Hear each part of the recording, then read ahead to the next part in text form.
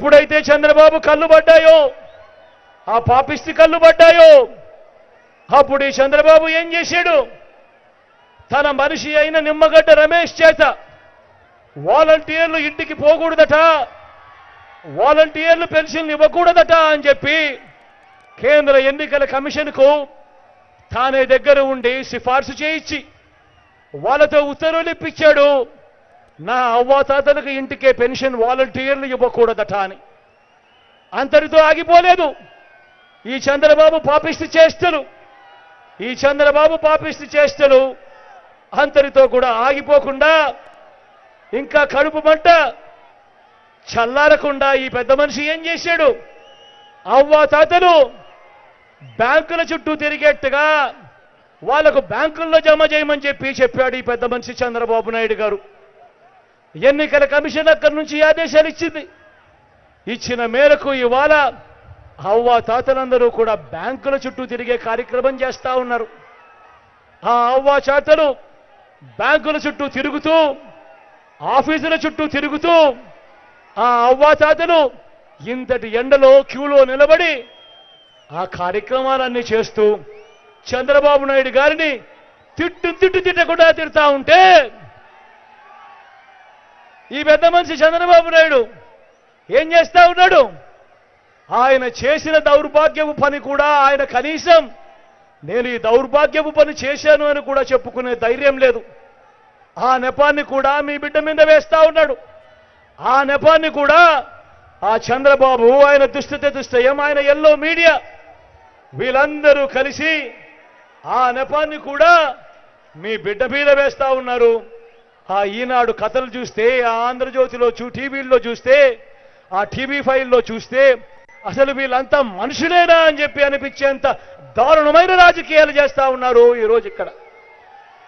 నేను ఇవాళ మీ అందరితో కూడా ఒకటే అడుగుతా ఉన్నా.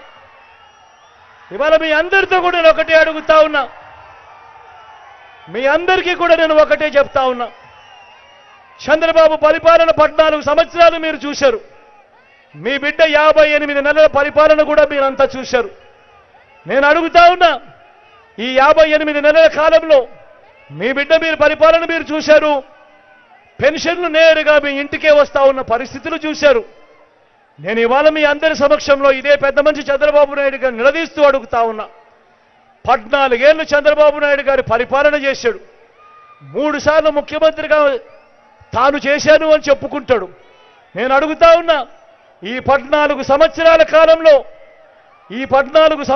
కాలంలో ఏ ఒక్క రోజైనా కూడా ఈ పెద్ద మనిషి చంద్రబాబు నాయుడు అవ్వాతాతల మీద ప్రేమ చూపించడం కానీ, అవ్వాతాతల కష్టాన్ని చూడడం కానీ, ఆ అవ్వాతాతలకు తోడుగా నిలబడాలని ఏ ఒక్క రోజైనా కూడా అవ్వాతాతలకు ఇంటికే పెన్షన్ పంపించినాడా అని అడుగుతా ఉన్నాను మీ అందరి కరపక్షంలో.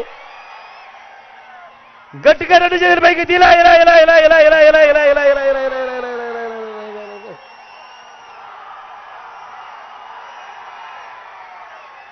ఏ ఒక్కరోజు కూడా అవ్వాతాతలకు 14 ఏళ్ళు ఆయన ముఖ్యమంత్రిగా ఉన్నప్పుడు ఏ ఒక్కరోజు కూడా ఆ అవ్వాతాతల మీద ప్రేమ చూపించలేదు.